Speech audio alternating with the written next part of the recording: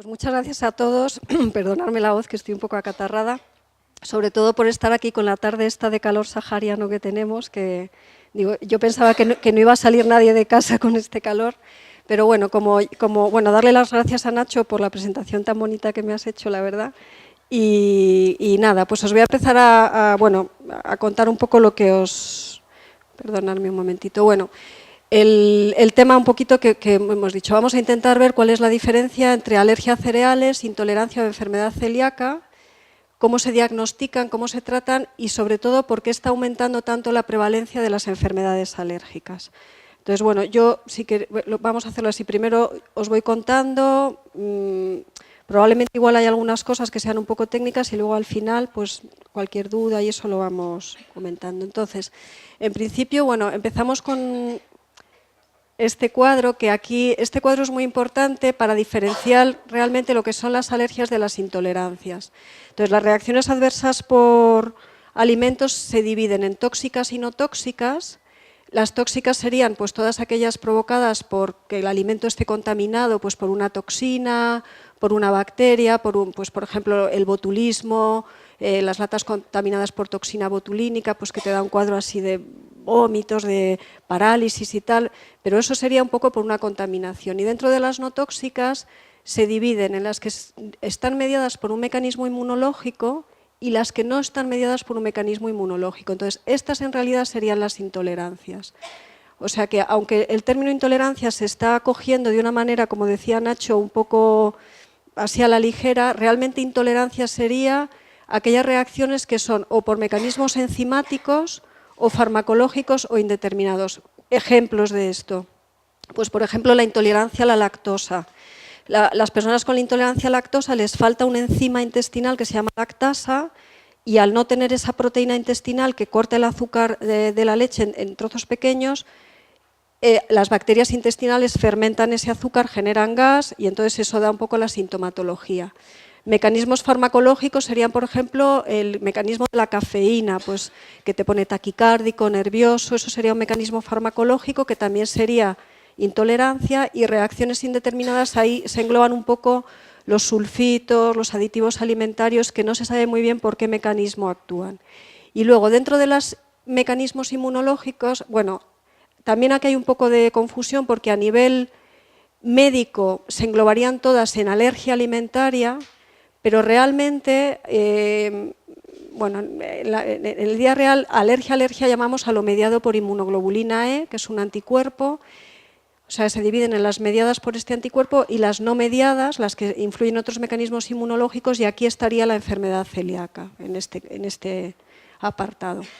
Entonces, bueno, brevemente, aunque de esto seguro que os lo sabéis ya todos, pero un repaso de cuáles son los cereales sin gluten, que serían todas las variedades de arroz, las variedades de maíz, luego una serie de plantas como son el amaranto, la quinoa, que es más de América del Sur, el mijo, el sorgo, que esto es más de África, todo esto no tiene gluten. Hay hay otras cosas que no están aquí, pero el tef o el trigo sarraceno que tampoco tienen gluten. Y luego dentro de los cereales con gluten, perdonadme que hasta que me haga yo con esto, pues serían estos, ¿no? El trigo, la cebada, el centeno, la avena, el triticale, que es un híbrido entre el trigo y la cebada. Hay otro híbrido que no está aquí, que es el tritordium, que es un híbrido entre trigo y centeno. Y luego la espelta y el camut, que son cereales con gluten antiguos. Bueno, esta diapositiva es importante por lo que luego vamos a ir viendo de las diferencias, de las diferentes maneras de enfermar por las proteínas del trigo. Entonces, las proteínas del trigo, según su grado, bueno, este señor las clasificó, Osborne, según el grado de solubilidad en agua y sal, las que son solubles en albúminas y globulinas y las que no son solubles en gliadinas y gluteninas. Entonces, las gliadinas y gluteninas es lo que forma el gluten, que el gluten en realidad es como una especie de trama de proteínas, de malla, que luego es lo que permite el que la masa del pan o de los bollos suba porque se queda el aire atrapado. Y en concreto en la enfermedad celíaca sobre todo son problemáticos algunos péptidos de alfa-gliadinas y en la alergia, como luego veremos, la omega-5 gliadina da reacciones muy graves, ¿vale? Pero bueno, acordaros un poquito de esta diapositiva para luego lo que vamos a ir viendo. Bueno, entonces esta parte es muy importante. Cuando yo me empecé a interesar por el gluten fue, bueno, ya hace unos años que veía casos en la consulta que no eran alergia, parecían celíacos porque se ponían fatal, síntomas digestivos, pero no cumplían los criterios de enfermedad celíaca, que ahora los veremos. O sea, eran pacientes que igual tenían la genética, pero no tenían los anticuerpos, la biopsia intestinal era negativa, y entonces, bueno, buscando un poco en la bibliografía me topé con este artículo. Entonces, este artículo surgió en el año 2012 a raíz de una reunión de 15 expertos, entre ellos el doctor Alessio Fasano, que es muy conocido a nivel en este tema. Se reunieron, bueno, viendo un poco cómo estaban aumentando las ventas de alimentos sin gluten a nivel mundial y que la prevalencia de enfermedad celíaca es un 1% de la población. Dijeron, bueno, pues tiene que haber más patología por gluten que se nos está escapando. Entonces, bueno, juntando a varios expertos, publicaron este artículo que es el espectro de los trastornos relacionados con el gluten, consenso de la nueva nomenclatura y clasificación. Entonces, en la siguiente diapositiva os resumo un poquito lo que decía este artículo. Entonces, ellos dividen según el mecanismo de enfermar, que es la patogenia, 3 maneras de enfermar por gluten. Una serían una manera autoinmune, enfermedades autoinmunes, es decir, que inducidas por el gluten, que uno fabrica anticuerpos contra el gluten, pero también contra uno mismo. Y aquí tenemos 3, la enfermedad celíaca, la ataxia por gluten y la dermatitis herpetiforme. Otro grupo eran las enfermedades alérgicas mediadas por inmunoglobulina E, contra proteínas del trigo, y hay, según esa diapositiva que veíamos de las distintas proteínas del trigo, según a qué proteína uno se haga alérgico, la manera de enfermar va a ser distinta. Puede ser un asma, una alergia alimentaria, unos cuadros graves que se llaman anafilaxia inducida por ejercicio y alimento, o urticarias de contacto. Y luego cogieron como una especie de cajón desastre de pacientes que no, bueno, parecían celíacos, pero con más síntomas extraintestinales que los celíacos, compartían algunas de los criterios diagnósticos, pero no todos, y entonces, bueno, se vino a llamar esto sensibilidad al gluten no celíaca, y parece que aquí no es un mecanismo autoinmune, no es una alergia mediada por IgE, pero sí parece que hay algunos trastornos de lo que se llama la inmunidad innata, que la inmunidad innata es como la parte más antigua de nuestro sistema inmunológico, no la ya más evolucionada o la adaptativa, ¿no? Entonces, bueno, vamos un poquito parte por parte. Os voy a contar primero brevemente los trastornos autoinmunes, o sea, la primera parte de la diapositiva, que se dividen en 3, ¿no? Entonces, lo importante de estos es que la enfermedad tarda de semanas a años tras la exposición al gluten. La enfermedad celíaca, como decíamos, tiene una prevalencia del 1% de la población europea y está aumentando en Asia y en el norte de África porque están cambiando los hábitos de consumo y se está empezando a consumir más gluten. Y bueno, es importante, para ser celíaco hay que tener una predisposición genética concreta, que de esto Nacho sabe mucho. Hay que tener unos genes que fabrican unas proteínas que se llaman HLA-DQ2 y HLA-DQ8. El DQ2 lo tienen el 95% de los celíacos, el DQ8 el 5%. Entonces, aquí en este dibujillo, estas proteínas serían estas especies de Y. Entonces, el por qué tener estas proteínas te da riesgo de ser celíacos. Pues la explicación está aquí. Estas proteínas están en la superficie de estas células de color verde, que serían las células presentadoras de antígeno, que presentan al linfocito T, que es como el general del ejército del sistema inmunológico, le presentan la gliadina, que es la proteína del gluten, modificada tras una proteína intestinal que se llama transglutaminasa. La modifica, se convierte aquí en este color rojo, entonces se la presenta de esta manera unida a la proteína de Q2, al linfocito T, y esta manera de presentarse esta proteína hace que el linfocito T tenga más probabilidad de reaccionar con una respuesta de pelea contra el gluten. Entonces, ¿qué da la orden a los linfocitos B de fabricar inmunoglobulina A contra la alfa-gliadina, como habíamos antes, pero también inmunoglobulina A contra la transglutaminasa, que es una proteína intestinal nuestra, una enzima, y también se fabrica inmunoglobulina A contra el endomisio, que es una proteína de la red intercelular que sujeta las células. Entonces, ¿qué va a provocar eso? Un daño de la mucosa, que va a acabar provocando infiltrado de linfocitos, que está pintado aquí, hiperplasia de criptas y atrofia de vellosidades. Nuestro intestino está así como con pelillos, vellosidades, para aumentar la superficie de contacto de los alimentos con la mucosa. Entonces, al haber una atrofia, esto va a dar lugar a malabsorción de alimentos, vitaminas y demás. No sé si más o menos lo he explicado, no muy complicado, ¿no? Por ahora. Entonces, la enfermedad celíaca siempre se habla de ella como una pirámide, porque digamos que la enfermedad celíaca clásica sería la punta de este iceberg, pero luego hay personas que tienen enfermedad celíaca silente, que tienen todos los criterios pero no tienen ningún síntoma, la latente, la potencial, bueno, hay como varias formas.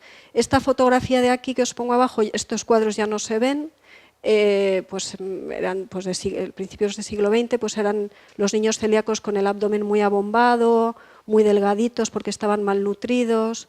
Bueno, gracias a Dios esto ya no se ve, y también hay que decir que cada vez el perfil de diagnóstico de enfermedad celíaca está cambiando. Ahora se está diagnosticando más en adultos que en niños.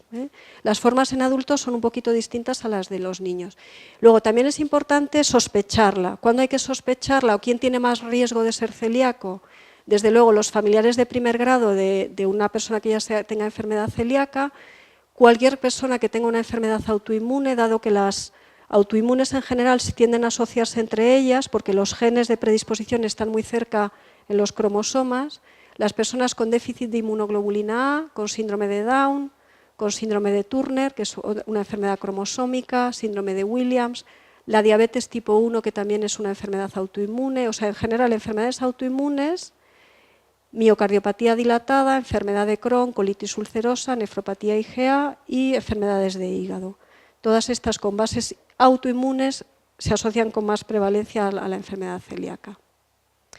Entonces, bueno, en cuanto al diagnóstico, es un poco complejo y tiene varios flecos, y además los criterios diagnósticos están cambiando últimamente, pero bueno, os cuento un poquito. Esto está sacado del libro blanco de la enfermedad celíaca que escribió la doctora Isabel Polanco, que es una especialista bueno, nacional y yo diría que también internacional de enfermedad celíaca. Entonces, es un algoritmo para el diagnóstico en atención primaria, ¿no? Entonces, ante la sospecha clínica de una persona con síntomas crónicos, digestivos o cansancio, bueno, una serie de síntomas, o si es del grupo de riesgo que veíamos en la diapositiva anterior, hay que pedir un análisis de sangre para ver si tiene inmunoglobulina A contra la transglutaminasa tisular, y siempre hay que pedir la inmunoglobulina A sérica total, porque como vimos, se asocia con frecuencia a un déficit de IgA. Entonces, si estos anticuerpos son positivos, la probabilidad es alta. Luego lo mandamos al gastroenterólogo para que nos haga una biopsia duodenal. Si en la biopsia duodenal vemos que hay atrofia de vellosidades y hiperplasia de las criptas, que veis aquí, sería una enfermedad celíaca. Por otro lado, si los anticuerpos son negativos, lo primero que hay que ver es si tiene déficit de IgA. Pues si tiene déficit de IgA, esto ya no es fiable. Entonces, habría que pedir la IgG antitransglutaminasa, y ahora también se está pidiendo la IgG ante una cosa que se llama los péptidos de aminados de gliadina. Si estos son positivos, la posibilidad bueno, es intermedia, también habría que derivar al gastroenterólogo, hacer la biopsia, y igualmente si es patológica es diagnóstica. Y si la biopsia es normal, no hay enfermedad celíaca. O sea que en la enfermedad celíaca lo que te descarta la enfermedad es la biopsia. Puede uno tener los anticuerpos, pero de momento no haberlo desarrollado. Bueno, quiero decir, esto luego hay más excepciones y tal, pero en general esta sería el cuadro. Bueno, dentro de otros trastornos autoinmunes por gluten, que también se tarda de semanas a años en desarrollar, estaría la dermatitis herpetiforme, que es una dermatitis asociada a enfermedad celíaca. Estas fotos son muy características. Se llama herpetiforme porque se parece al herpes. Son vesículas y pápulas que luego dejan costra, y lo típico es que se manifiestan sobre todo en las zonas de extensión, codos, rodillas, así como para diferenciarlo de la dermatitis atópica, que normalmente es en las flexuras, en los pliegues. Esto es sobre todo zonas de extensión. Entonces, la prevalencia es más baja que la enfermedad celíaca. En Estados Unidos es 1 de cada 10.000 personas, en Finlandia y en Suecia es mayor, y tiene el mismo predisposición genética que la enfermedad celíaca. O sea, hay que tener o DQ2 o DQ8, más o menos. Entonces, en cuanto al mecanismo de por qué se produce esta dermatitis, se han identificado autoanticuerpos de tipo IgA contra una proteína que se llama transglutaminasa 3, que es la transglutaminasa epidérmica. O sea, deciros que la transglutaminasa es una proteína que tenemos por todo el cuerpo que actúa como un cemento intercelular, y hay una de la piel, una del intestino, una cerebral, y entonces el anticuerpo, esta enfermedad desencadenada por el gluten, se fabrican anticuerpos contra el gluten, pero también contra estas transglutaminasas. O sea que este sería el autoantígeno, la transglutaminasa epidérmica. Decir que solo un 10% de los pacientes con dermatitis herpetiforme tienen molestias digestivas o síntomas digestivos, pero si se les hace la biopsia intestinal, entre un 65 y un 75% tienen alteración de la biopsia intestinal. El diagnóstico de esto sería pidiendo los anticuerpos IgA antigliadina, idealmente antitransglutaminasa 3, pero no están disponibles, la verdad. Y luego en la biopsia cutánea se vería un depósito de inmunoglobulina A, bueno, en lo que se llama la dermis papilar, que es la unión entre la capa superficial del epitelio y la capa que viene debajo, ¿vale? O sea que esa sería la... Bueno, se me olvidó deciros, este sería el diagnóstico y por supuesto, tanto en la enfermedad celíaca como en esta, el tratamiento es la dieta estricta sin gluten de por vida, ¿vale? O sea, eso sería...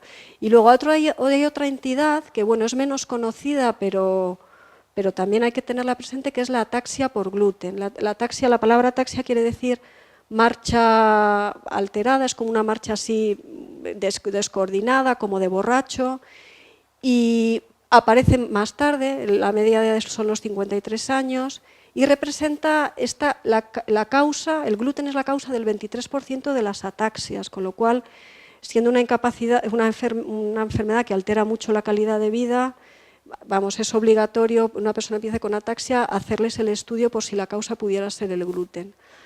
Igualmente, cuando veíamos con la dermatitis herpetiforme que había anticuerpos contra la transglutaminasa dérmica, aquí se han detectado anticuerpos contra la transglutaminasa 6, que es esta proteína que os decía, que se localizan sobre todo en el cerebelo, está aquí atrás, en las células de Purkinje, también atacan los anticuerpos a las células de Purkinje, y eso es lo que provocaría los trastornos de la marcha. También tienen pues, mioclonos que son como movimientos así un poco espásticos, temblor palatino. Muy pocos de ellos asocian síntomas intestinales y el diagnóstico es más difícil porque muy pocos tienen anticuerpos IgA antitransglutaminasa intestinal, la 2 es la intestinal. Si hiciéramos la petición de las dos cosas, el 85% de los pacientes con ataxia tienen anticuerpos antitransglutaminasa 2 y antitransglutaminasa 6, pero esta tampoco está disponible rutinariamente para pedirla, y generalmente nos guiamos por los anticuerpos antigliadina. O sea, una persona con ataxia con anticuerpos antigliadina positivos habría que sospechar que podría ser este tipo de ataxia, y en general cuando ya haces la resonancia nuclear magnética hay atrofia en el cerebelo en un 60% de los casos. El tratamiento sería también la dieta sin gluten.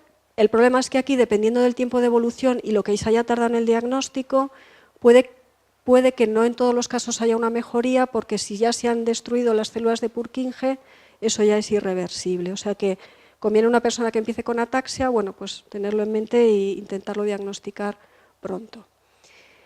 Vale, entonces en la otra parte de la diapositiva estaban los trastornos, esto que llamábamos sensibilidad al gluten no celíaca, ¿vale? Parece que también está mediado inmunológicamente, pero son estos casos que no sabes muy bien porque no cumplen todos los criterios. Entonces son casos en los que se ha descartado alergia y autoinmunidad, que los síntomas que tienen, que son intestinales, pues de tipo colon irritable y tal, pero también son sobre todo extraintestinales, cansancio, cambios de humor, dolores articulares, fibromialgias, fatiga crónica, anemia que no se consigue aclarar la causa, depresión, altera mucho el estado de ánimo. Todos estos síntomas se resuelven con la dieta sin gluten. Entonces, eso sería un poquito lo que habría que sospechar. Entonces, en estas personas los anticuerpos son negativos, la biopsia intestinal te la informan como normal o lo que llaman el MARS-1, que es el primer grado de lesión intestinal, que es solo que hay un infiltrado de linfocitos, pero también hay que decir que el MARS-1, perdonadme, también puede estar presente en otras situaciones como cuando hay Helicobacter pylori o en gente que toma crónicamente antiinflamatorio, o sea que no sería el MARS1 tampoco específico de la sensibilidad al gluten no celíaca. Te puede dar una pista, pero bueno. En cuanto a la genética, el 50% de los pacientes pueden tener esta genética de Q2, de Q8, pero también pueden tener otra genética y tener problemas con el gluten. Entonces, en realidad, el problema de esta entidad es que por ahora no hay biomarcadores específicos de esta nueva entidad, sensibilidad al gluten no celíaca, y se basa en criterios de exclusión de la dieta sin gluten por lo menos 6 meses, ver mejoría espectacular o progresiva de todo, y reintroducción del gluten con reaparición de todos los síntomas. Si al final uno lo tiene claro que puede ser esto, el tratamiento sería dieta sin gluten de por vida también, ¿vale? Bueno, entonces nos vamos a meter ya en la alergia, que es un poquito más el campo que yo llevo, que bueno, la alergia es una reacción de hipersensibilidad, de respuesta exagerada de nuestro cuerpo frente a cosas que en principio no tendrían por qué ser dañinas, no son peligrosas para otras personas. Entonces, es una reacción tras la exposición al antígeno, que llamamos al antígeno a una sustancia ambiental que no es peligrosa, pero que induce una reacción de tipo inmunoglobulina E, de respuesta IgE, y está mediado por esta vía. Ahora os lo explico bien. Linfocitos de tipo Th2, inmunoglobulina E, mastocito. ¿Cuál es la diferencia principal de la alergia con otras manifestaciones clínicas? Que los síntomas son inmediatos, en minutos. Brevemente, para explicaros un poquito cómo uno se hace alérgico o cómo puede ser la alergia, en las personas alérgicas el alergeno es captado por esas células verdes que veíamos antes en la otra gráfica, que son las células presentadoras de antígeno, lo procesan, lo presentan a los linfocitos y en las personas alérgicas se desvía la respuesta hacia este tipo de linfocitos que se llaman Th2, que dan la orden a los linfocitos B de fabricar este tipo de inmunoglobulina, la de tipo IgE, que tiene mucha afinidad para unirse a la membrana de unas células que tenemos por todo el cuerpo que se llaman mastocitos. Se unen ahí, están ahí como si fueran centinelas o vigías, y estas células tienen dentro un montón de gránulos que ahora veremos. Entonces, en siguientes exposiciones al alergeno, que ya sería el periodo reactivo, vuelve a entrar el alergeno, las moléculas IgE unidas al mastocito lo detectan y de forma inmediata le dan a la célula de liberar a la sangre sus mediadores, que son los responsables de la reacción de los síntomas.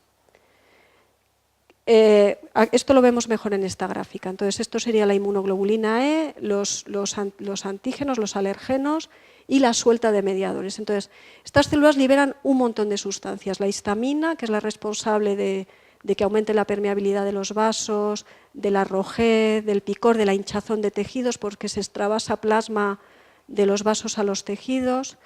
También es responsable del cierre del bronquio, de la broncoconstricción. Y también la histamina y otros mediadores producen hipermotilidad intestinal, diarrea, ganas de vomitar, todo esto podría ser, y estos son cuadros inmediatos. Luego liberan otros mediadores que facilitan que acudan a la zona donde ha entrado el alergeno, vía respiratoria, vía digestiva, más células para perpetuar la inflamación, y esto acaba provocando también por otras proteínas que son proteasas un daño tisular. Entonces, todo esto es lo que ocurre en una reacción alérgica. Pues nos metemos de lleno en ello. Entonces, en las reacciones alérgicas mediadas por IgE habíamos dicho que había distintos tipos, ¿no? La alergia alimentaria, la anafilaxia inducida por ejercicio dependiente de gluten, el asma ocupacional y la urticaria de contacto. Entonces, la alergia alimentaria por trigo, la verdad que no es, bueno, estas cifras son un poco variables según los artículos que uno lea. Dicen entre el 2,9% en Europa, según el estudio alemán, 0,4% en Estados Unidos, pero realmente lo que es la alergia al trigo, alergia como tal, yo creo que es menos frecuente que la enfermedad celíaca, se ve menos. Entonces, la clínica, bueno, generalmente el alergeno entra por vía digestiva, y la clínica depende de a qué proteína uno se haya hecho alérgico. Si son a las hidrosolubles que veíamos en la gráfica esa de las proteínas, pues las reacciones eran de tipo dermatitis atópica, eczemas detrás de las rodillas, en los pliegues del brazo, que son placas de piel que pican mucho, que son muy secas, o urticarias de contacto, que son ronchas. Pero si uno se hace alérgico, si tiene la mala suerte de hacerse alérgico a proteínas no hidrosolubles, que son las gliadinas y las gluteninas, pues ya los cuadros van a ser más graves. Urticaria, asma, cuadro anafilaxia, que son alergias generalizadas, y el shock anafiláctico, que ya es un cuadro de riesgo vital. El diagnóstico se basa en la historia clínica, en las pruebas de PRIC, que luego lo veremos también en otra diapositiva, con los cereales y las alfamilasas. Hay que pedir análisis de sangre para demostrar que hay inmunoglobulina E, y luego, si uno tiene dudas, siempre están las pruebas de provocación con alimentos en medio hospitalario. Bueno, entonces este cuadro, la anafilaxia inducida por ejercicio dependiente de alimentos, es un cuadro muy curioso. La prevalencia es muy bajita, es del 0,2%. Se suele ocurrir más, pues eso, en adolescentes, gente joven. Y hay varios alimentos que se han implicado en estos cuadros, pero el trigo está implicado en un 60% de estos cuadros. Entonces, son difíciles de diagnosticar porque son personas que comen el alimento y no les pasa nada, pero si comen el alimento y se van a hacer deporte, o comen el alimento y se han tomado ibuprofeno ese día o aspirina, o han tomado alcohol, o están las mujeres en la fase menstrual, o están con algo infeccioso o tienen un estrés, tienen un cuadro grave de tipo anafiláctico. Entonces, son cuadros que sacan un poquito de los esquemas y son difíciles de diagnosticar. Entonces, el ejercicio no siempre tiene por qué ser intenso, puede ser comer y irte a dar un paseo a la calle con el perro en un día de calor, puede ser, por ejemplo, uno de los desencadenantes. Generalmente ocurre no tan inmediato como veíamos con las diapositivas de la alergia, sino como a las 2 horas de la ingesta, y realmente esto pone ahí por ejercicio, pero hoy en día se tiende a llamar más por cofactores, que los cofactores serían todos estos, son factores potenciadores de las reacciones alérgicas. ¿Cuáles son los alérgenos responsables? La omega-5 gliadina, que es una proteína del gluten, pero también últimamente se está implicando a esta proteína que se llama LTP, que es una proteína de defensa. ¿Vale? Quedaros con esto porque esta parte es muy importante, que explica por qué también están aumentando las alergias. ¿Vale? Las plantas también generan proteínas para defenderse. Bueno, el asma del panadero es una enfermedad ocupacional y se produce por inhalación de harina de trigo, y sería por inhalación de proteínas hidrosolubles. ¿Vale? Los panaderos normalmente con esta alergia comen pan y no les pasa nada. O sea, al inhalar estas proteínas hidrosolubles, la reacción se produce a nivel respiratorio, rinitis, tos, cierre de bronquio, ahogo. Entonces, la prevalencia está más o menos en aprendices de panadería en un 4,2% al cabo de un año y en un 8,6% al cabo de 2 años trabajando. Igualmente, bueno, pues hay que hacer la historia clínica, las pruebas cutáneas a las harinas de cereales, a la alfamilasa, que se utiliza es una enzima que se utiliza para hacer el pan, demostrar que hay IgE específica, y bueno, en caso de dudas o tal, o para quererlo demostrar, sobre todo de cara a bajas laborales o para el diagnóstico de enfermedad ocupacional, a veces hay que hacer pruebas de provocación bronquial específica con la harina, para demostrar que eso le provoca al señor el síntoma. Vale. Las pruebas diagnósticas en alergia, ¿qué usamos? Bueno, yo creo que esto quizá lo sepáis todos. Utilizamos las pruebas de PRIC, que es bueno, se coloca en la parte anterior del antebrazo las distintas gotitas de los extractos alergénicos que queremos probar. Con una lanceta se pega un pequeñito pinchacito superficial, entra el alergeno y si hay inmunoglobulina E unida al mastocito, está ahí justo debajo de la piel, se libera histamina y mediadores y se provoca de forma rápida, en 15 minutos, una pequeña reacción alérgica local que se puede medir, y esto bueno, ya nos da esa información. Hay otras pruebas que son las intratérmicas, que en el pasado se hacían más, ahora ya se hacen menos, se hacen sobre todo con medicamentos, con venenos de himenópteros, de avispa abeja, y a veces cuando hay mucha sospecha de alergia a hongos, porque los hongos en los extractos de PRIC no funcionan muy bien y a veces hay que ir un poquito más profundo. Vale, pues sería un poquito inyectar el alérgeno más profundo. Y luego hay otras pruebas que se hacen en alergia, que son las pruebas de parche, que se colocan en la espalda, hay que llevarlos 2 días pegados, a los 2 días se levantan y se ve si hay reacciones alérgicas de eczemas de contacto, pues en zonas concretas. Esto con respecto a las pruebas así un poco en el paciente in vivo, y luego también pues es muy importante hacer el análisis de sangre para pedir la inmunoglobulina E. ¿Vale? La inmunoglobulina E, como os decía, es el anticuerpo responsable.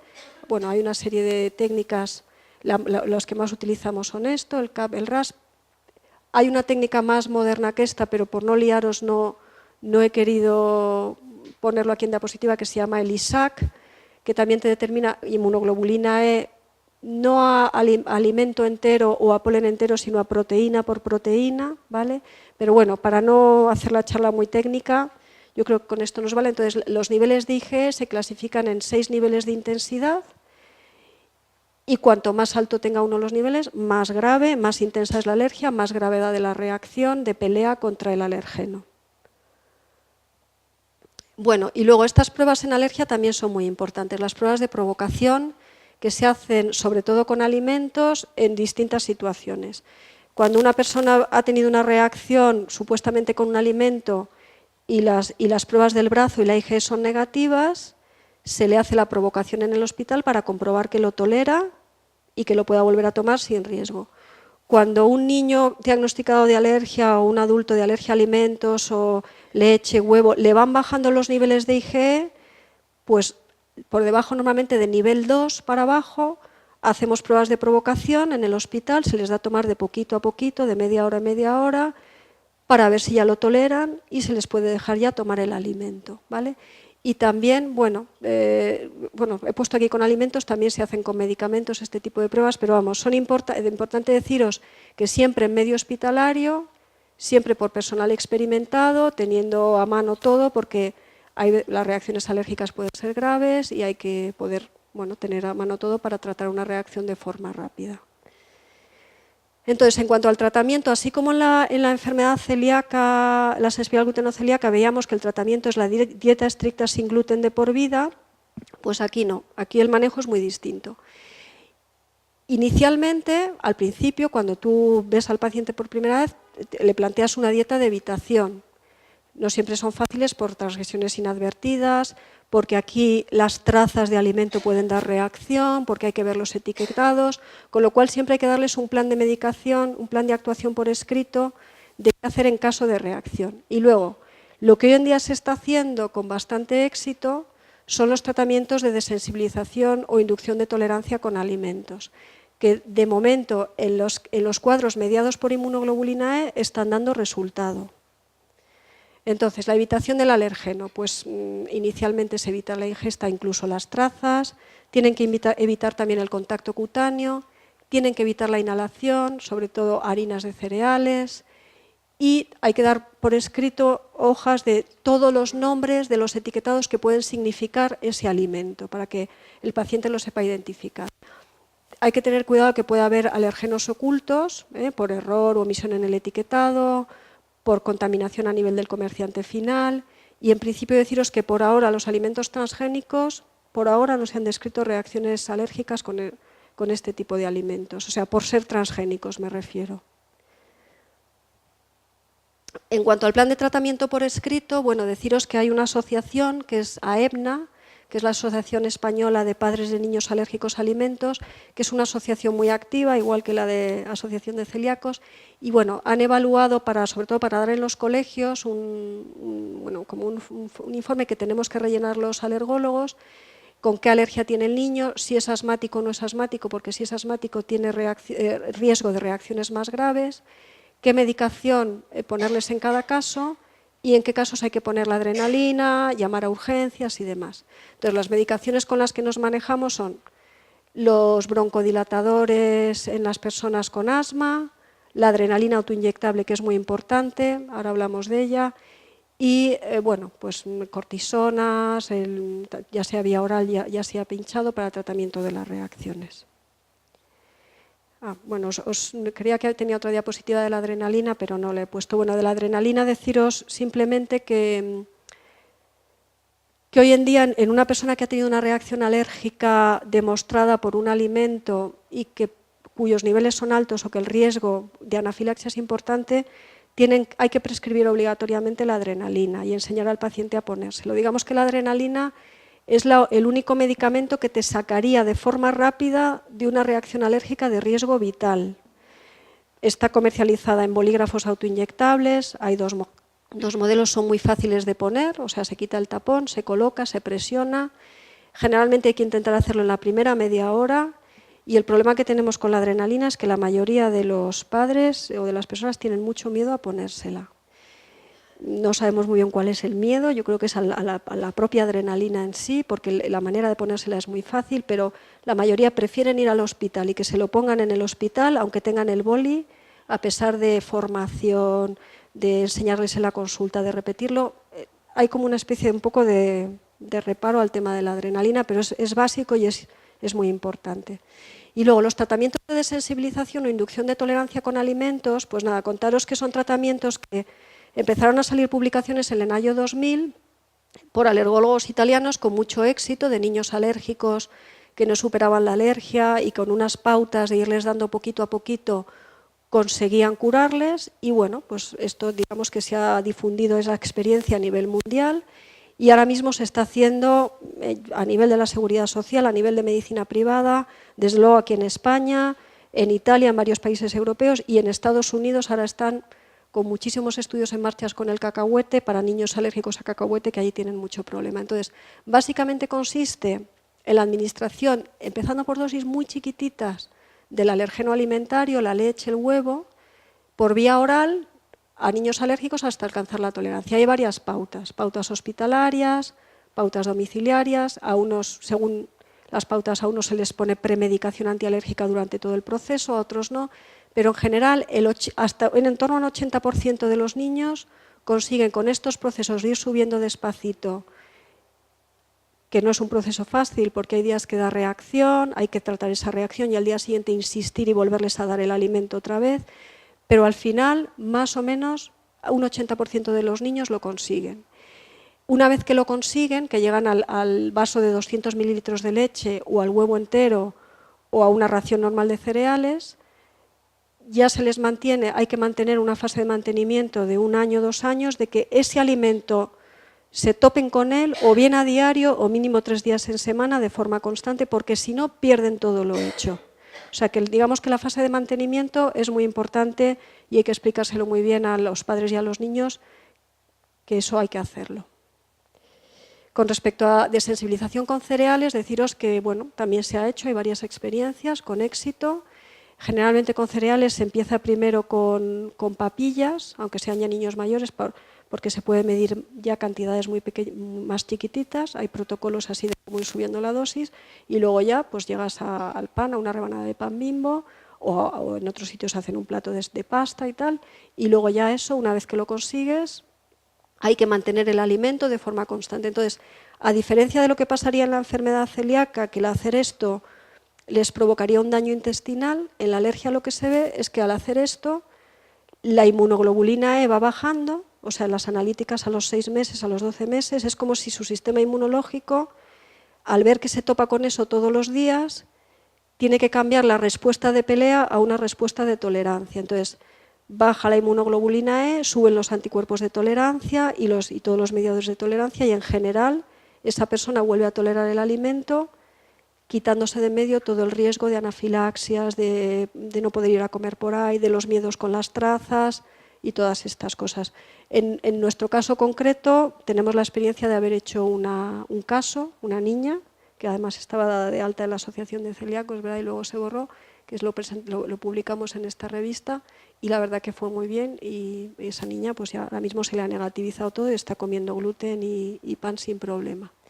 Entonces, en esta segunda parte de la charla os voy a hablar un poco primero de si están aumentando las enfermedades alérgicas, que sí que están aumentando, y por qué parece que están aumentando. Entonces, bueno, os pongo aquí unos cuantos estudios, aquí hay varios publicados, estos dos. Bueno, este es un estudio que se hizo en Austria, viendo un poquito la prevalencia entre el año 95 y el 2003 del asma, el asma de los chiquitines, la polinosis, el eczema, y como veis, bueno, pues se ve un incremento de todas estas patologías en este grupo de años, y lo mismo, este era un estudio mucho más amplio, a más años, entre 1973 y 2003, como veis, se van disparando toda la prevalencia, o sea, la población afectada por alergias.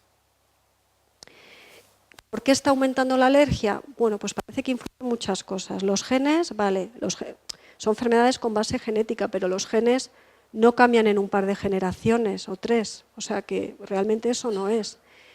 Sí que se sabe que hay factores ambientales, la contaminación, por un lado, la exposición alergénica, lo que se llama la hipótesis de la higiene, que parece ser que sobre todo en países occidentales, el alto grado de higiene, de vacunaciones de antibióticos, la falta de parasitación crónica por el mintos, todo esto está haciendo que nuestro sistema inmunológico, que durante siglos ha estado trabajando en otros entornos ambientales, pues se disregula y no funcione bien. Y luego, bueno, hay otros factores como la vitamina D, el déficit de vitamina D, está muy asociado con la alergia, la obesidad, el alcohol, hay varios factores que se barajan en esto.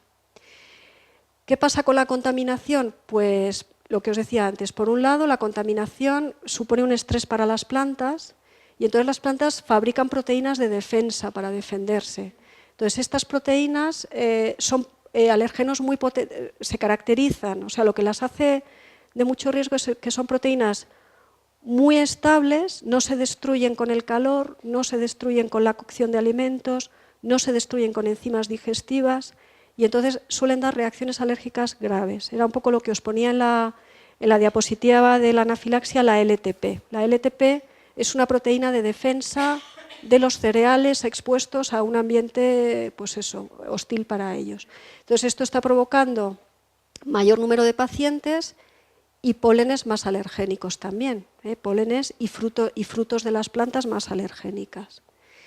Bueno, también aunque parezca raro, que uno pensaría que siempre en el campo o en zonas de campo hay más alergia, pues no, hay mucha más alergia en las ciudades. O sea, comparando un ambiente rural con urbano, la rinitis es muchísimo más frecuente en ciudades, la conjuntivitis también, el asma, o sea que en general una persona alérgica está mejor si se va a zonas de pueblo que si está en una gran ciudad con contaminación. La contaminación influye por varios mecanismos. Puede irritar las vías aéreas y eso facilitar que penetre más el alergeno inhalado. También provoca una cosa que se llama hiperreactividad bronquial, que es que esos bronquios están más sensibles, con más tendencia a cerrarse. Se sabe que la contaminación, sobre todo las partículas diésel, son adyuvantes inmunológicos, o sea, facilitan la producción de inmunoglobulina E. Y por otro lado, como os decía en la diapositiva anterior, aumentan la expresión de proteínas de defensa en las plantas que son alérgenos potentes para nosotros. Y luego, otra parte muy interesante, porque esto casi que hemos visto influye en parte en la alergia alimentaria, pero también en la respiratoria, pero es un poquito qué está pasando con la alergia a alimentos, que también se está disparando. Llevamos a nivel mundial, sobre todo en países occidentales, pues de 2 décadas para acá, cada vez hay más casos, cada vez más niños, cada vez más alimentos polisensibilizados. Entonces, bueno, hay varios estudios que han visto que puede influir el tipo de parto, o sea, los niños que nacen por cesárea tienen mucho más riesgo de ser alérgicos que los niños que nacen por parto natural, y esto se debe a que en el momento del parto, en el parto vaginal, cuando el bebé pasa por la vagina, es cuando se coloniza por la flora, lo que es la flora intestinal. Entonces esa flora, que es lo que se llama la microbiota, juega un papel muy importante en la puesta a punto del sistema inmunológico del bebé y en ayudar a nivel intestinal a esas células a diferenciar lo patógeno de lo que tiene que tolerar. Entonces, si no adquieren bien esa microbiota, esto les va a predisponer a problemas. Y nos pasa lo mismo, también hay otros estudios que demuestran que si la madre es tratada con antibióticos durante el parto, esto altera la microbiota del recién nacido, o niños que reciben antibióticos con frecuencia en los 2 primeros años de vida también tienen mucho más riesgo de desarrollar alergia y asma. Luego hay otro estudio muy interesante que es el tipo de alimentación en la primera infancia, que es este estudio que es del Reino Unido. Entonces, en este estudio era un estudio prospectivo, seguían a los niños desde el nacimiento hasta ser un poquito mayores, haciendo rellenar a las madres un dietario de lo que comían todos los días. Bueno, es un hospital pediátrico de Londres. Y entonces, al cabo de cuando ya tenían 2 años, diferenciaron un poco los que habían desarrollado alergia y los que no, alergia alimentaria, y vieron un poco si había diferencias en el tipo de alimentación que habían seguido. Entonces, en este estudio vieron que claramente los que tenían menos riesgo de alergia o no habían desarrollado alergia habían hecho una lactancia materna más prolongada, y habían hecho más dieta de alimentos frescos, frutas, verduras, y los que desarrollaban alergia era más en el grupo que habían hecho o lactancia materna corta o lactancia artificial, y sobre todo los que tomaban muchos alimentos industriales o procesados. Y básicamente yo creo que, nada, este es un poquito el final, que es que los cambios en nuestro estilo de vida son las causas del aumento de las enfermedades alérgicas. Y bueno, si alguno está interesado, os he puesto aquí un link de un programa que echaron en televisión en la noche temática de la 2, no sé si alguno de vosotros lo vio, esto fue antes de Navidad, que es un programa que merece la pena verlo porque es un programa americano que está muy bien hecho, que explica el por qué es lo que está pasando. Estudian a varias poblaciones, van a los Amish a ver que los niños Amish no tienen nada de alergia, cuál es ese entorno. Parece ser que esos niños toman la leche prácticamente sin pasteurizar, un poquito hervida, entonces están estudiando si hay alguna bacteria en la leche recién ordeñada que puede ser protectora, porque realmente, y luego también en este documental hay varios casos de niños alérgicos graves a alimentos que les siguen, les filman y les siguen en su proceso de alergia, les filman en el hospital haciendo las desensibilizaciones, con entrevistas a los padres y tal. O sea que para el que sea alérgico o tenga un niño alérgico en la familia, pues es un programa que merece la pena verlo, la verdad. Y creo que nada más. No sé si tenéis preguntas, dudas. Nada, muchas gracias.